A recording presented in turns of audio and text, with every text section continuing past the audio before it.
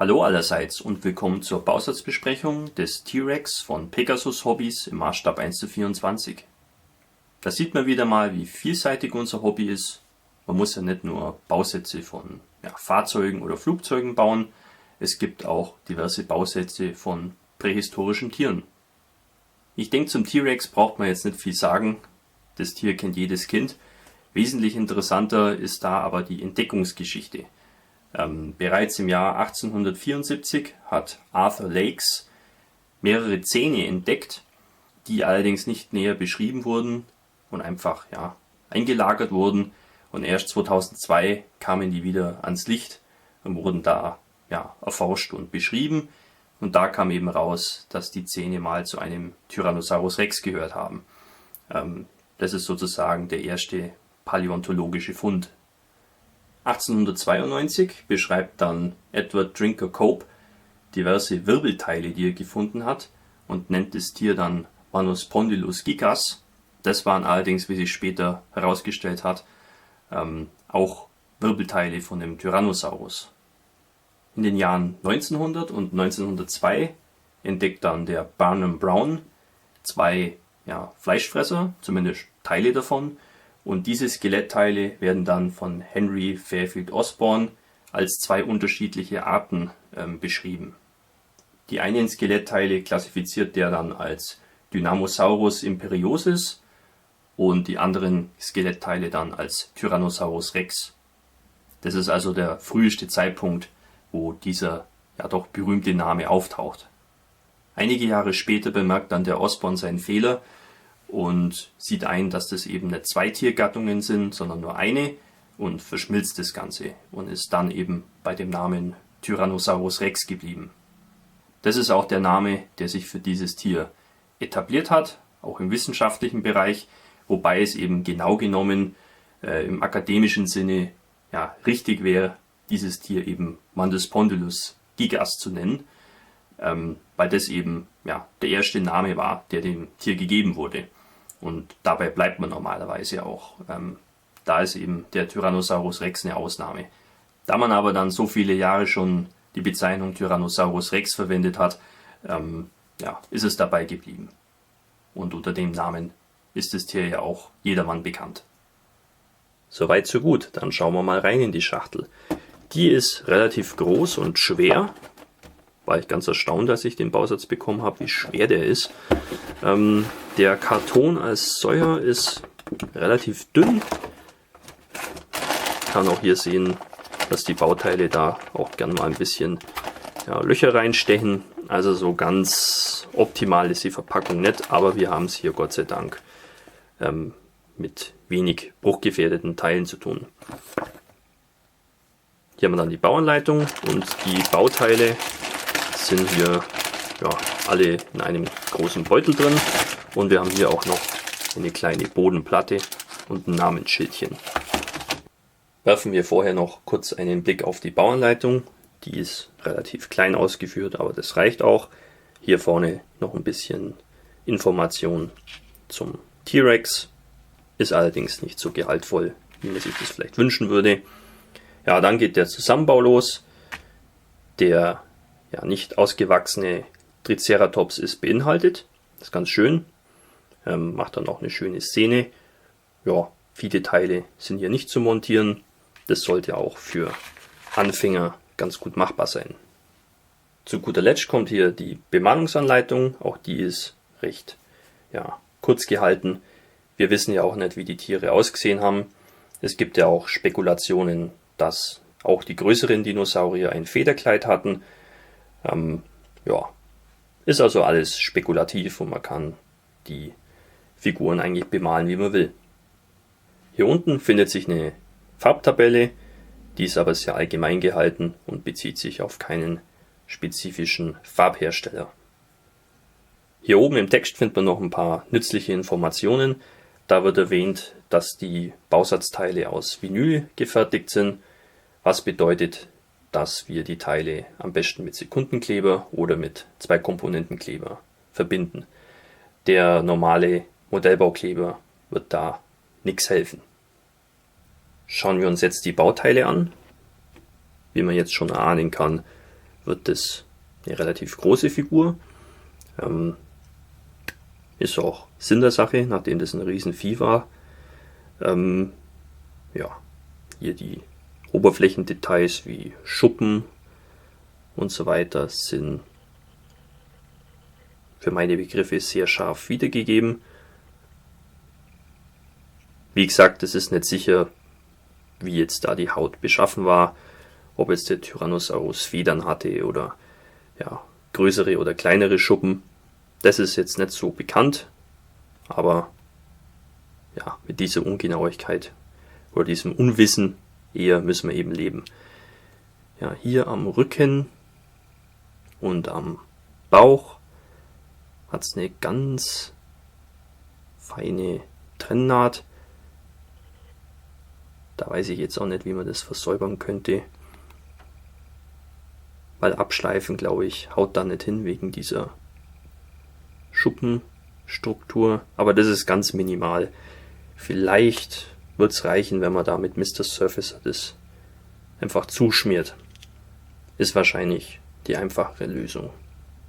Ja, das Maul sieht auch schön aus. Hier zwischen den Zähnen ist nichts zu versäubern.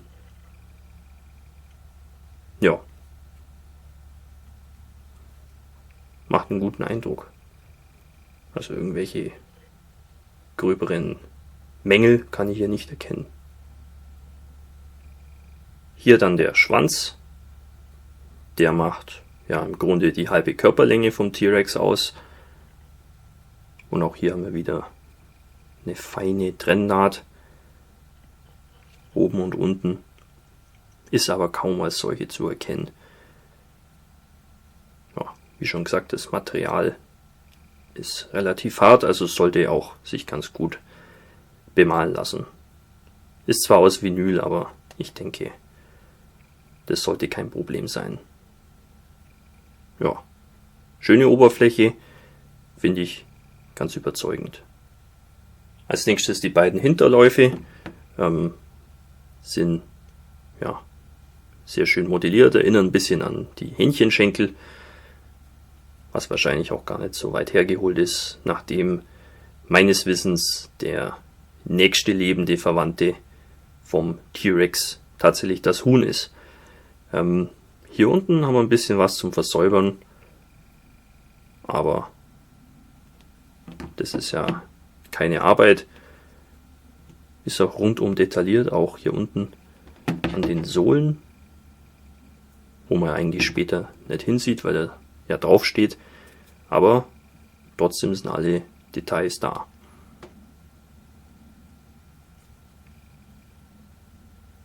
Ja, macht einen sehr guten Eindruck. Ich hatte ehrlich gesagt nicht die größten Erwartungen, als ich den Bausatz gekauft habe, aber es zeigt sich doch, dass die bei Pegasus Hobbies eine sehr gute Arbeit geleistet haben. Dann haben wir hier die beiden Ärmchen mit den ja, für den Tyrannosaurus typischen 2 Fingern. Ich denke, das ist das Merkmal, woran selbst Kindergartenkinder erkennen können, dass es ein Tyrannosaurus ist. Ja, auch hier gibt es nichts zu bemängeln oder zu versäubern. Sieht sehr schön aus.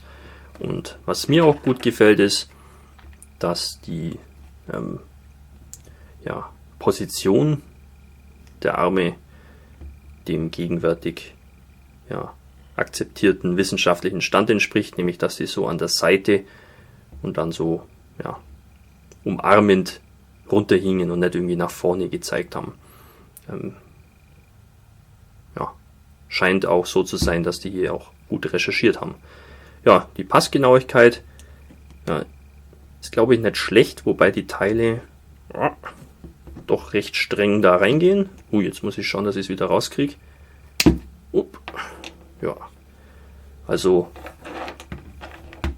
ist vielleicht zu empfehlen, hier diese Verbindungsbolzen etwas dünner zu schleifen, damit man dann das Teil da ein bisschen besser reinbekommt. Dann haben wir noch den Unterkiefer und die Zunge. Ja, da finde ich schön, wie das hier unten modelliert ist. Mit diesen Muskeln und dem Gewebe. Zähne sehen auch gut aus. Muss man auch nichts versäubern. Ja, und die Zunge, ja, ist halt eine Zunge. Die sitzt dann da später so drin. Wir hatten eben ja schon eine kleine Kostprobe der Passgenauigkeit. Die ist ja generell nicht schlecht. Man muss halt dann hier das ein bisschen nachmodellieren. Vielleicht mit Green Stuff oder mit Magic Sculpt. Da wird man nicht drum rumkommen. Aber ich denke, alles in allem ist doch hier die Montage sehr anfängerfreundlich. Ja.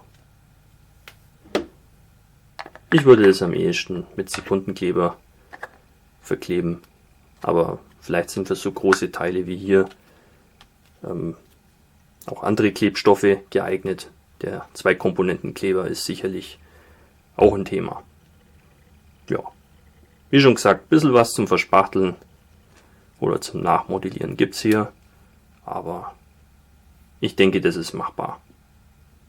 Schauen wir uns jetzt noch den jungen Triceratops an, der gerade hier unter die Räder kommt, möchte ich schon sagen. Hier mit dem einmodellierten Abdruck des Tyrannosaurus, der da gerade so drauf steht. Ja, sieht auch schön aus. Rundum detailliert, auch auf der Seite, wo er dann eigentlich später liegt. Also sehr schön, wirklich sehr schön. Finde ich auch gut, dass da gleich ein Beutetier auch beiliegt. Das erlaubt einem gleich da eine schöne Szene zu bauen. Und dann haben wir hier noch die übrigen Teile des Triceratops. 2 Beine und 2 Hörner. Ja, auch hier gibt es eigentlich nichts zu bemängeln. Bisschen was zum Versäubern findet man hier und da schon, aber das ist jetzt nicht weiter dramatisch. Ja. Das passt doch. Da ist doch alles dabei, was wir für ein schönes prähistorisches Diorama brauchen. Dafür liegt auch hier ein kleiner Sockel bei und ein Namensschild. Ist eine schöne Zugabe, ist eigentlich auch ganz schön modelliert. Warum nicht? Ich persönlich neige dazu, ja, das lieber selber zu bauen.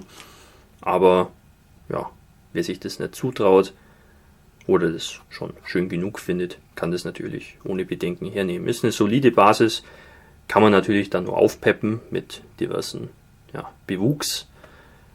Und ja, bei der Farbgebung kann man sich da auch austoben. Ist auf jeden Fall schön, dass es beiliegt. Ich brauche es nicht, aber für andere ist es nützlich. Ich habe dann die übrigen Bauteile auch noch zusammengesteckt, damit ihr noch einen besseren Eindruck bekommt, wie das dann später aussehen kann. Also das ist schon ganz imposant. Wenn man jetzt überlegt, das hier ist jetzt eine Figur im gleichen Maßstab. Ja, waren schon ganz ordentliche Viecher damals. Ja, coole Sache. Sieht sehr dramatisch aus. Ja, wie schon erwähnt, manche Teile muss man vielleicht noch ein bisschen anpassen oder auch ein bisschen nachmodellieren rund um die Verbindungsstellen. Manche Teile passen auch nicht so gut, wie jetzt hier die Beine von dem Triceratops. Die gehen nur sehr schwer rein. Ja, muss man halt ein bisschen nachbearbeiten. Und was mir vor allem aufgefallen ist, das Unterkiefer von dem T-Rex will nicht so ganz da reinpassen. Also auch hier ist etwas mehr Nacharbeit erforderlich. Trotzdem glaube ich, ist das was Nettes für zwischendurch. Man muss jetzt nicht auf so viele Dinge Rücksicht nehmen. Da man einfach nicht weiß, wie die Tiere ausgeschaut haben, kann man auch bei der Bemalung recht kreativ sein. Bei der Gestaltung des Sockels kann man es auch knacken lassen. Also ich denke, das ist ein sehr schönes und kurzweiliges Projekt. Pegasus Hobbies hat hier sehr gute Arbeit geleistet. Der T-Rex überzeugt mich auf ganzer Linie. Es gibt nur wenig zu versäubern. Die Bauteile sind so ausgeführt, dass sie sich leicht montieren lassen. Wir haben natürlich ein paar kleinere Spachtel- oder Modellierarbeiten durchzuführen an den Bereichen, wo Bauteile aufeinanderstoßen. Das ist aber meines Erachtens machbar und das Ganze ist auch an Stellen, wo das relativ einfach geht. Wir bekommen auch gleich noch ein Beutetier mit dazu. Also ja, schöne runde Sache. Auch bei der Recherche war Pegasus Hobbies ganz gut dabei. Vieles über die Dinosaurier ist natürlich unklar.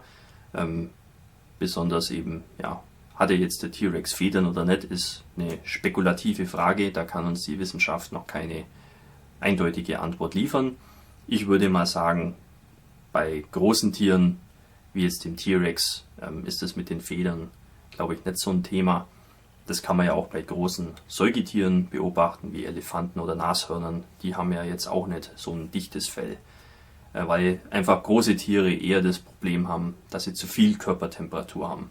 Und kleine Tiere müssen eher schauen, dass sie ihre Körpertemperatur halten. Und da wäre jetzt auch für einen Dinosaurier ein Federkleid durchaus sinnvoll.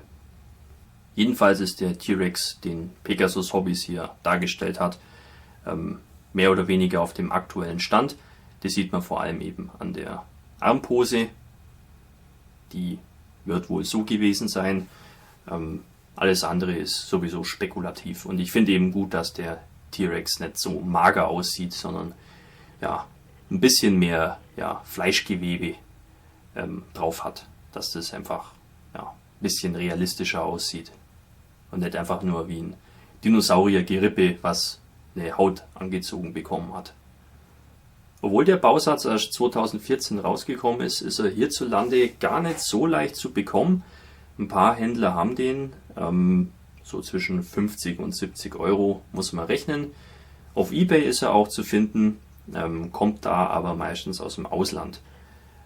Vornehmlich Nordamerika, also USA, Kanada, aber auch in Großbritannien ist er noch verfügbar und da kann man sich den auch bestellen. Ist auf jeden Fall eine schöne Alternative zu den Dinosaurier-Bausätzen von Tamiya zum Beispiel. Die machen mich persönlich auch nicht so an, wenn ich ehrlich bin. Was ich so von Pegasus bisher gesehen habe, das gefällt mir eher. Und ich denke mal, wenn es klappt, ist es auch nicht der letzte Dinosaurier, den ich mir da hole. Und ja, ich freue mich schon drauf, wenn ich den mal bauen und bemalen kann. Ich denke, gerade die Bemalung ist da besonders reizvoll. Gut, das wäre es zu dem Bausatz. Ich hoffe, euch hat die Bausatzbesprechung gefallen und wir sehen uns wieder im nächsten Video. Euer Hamika Barkas.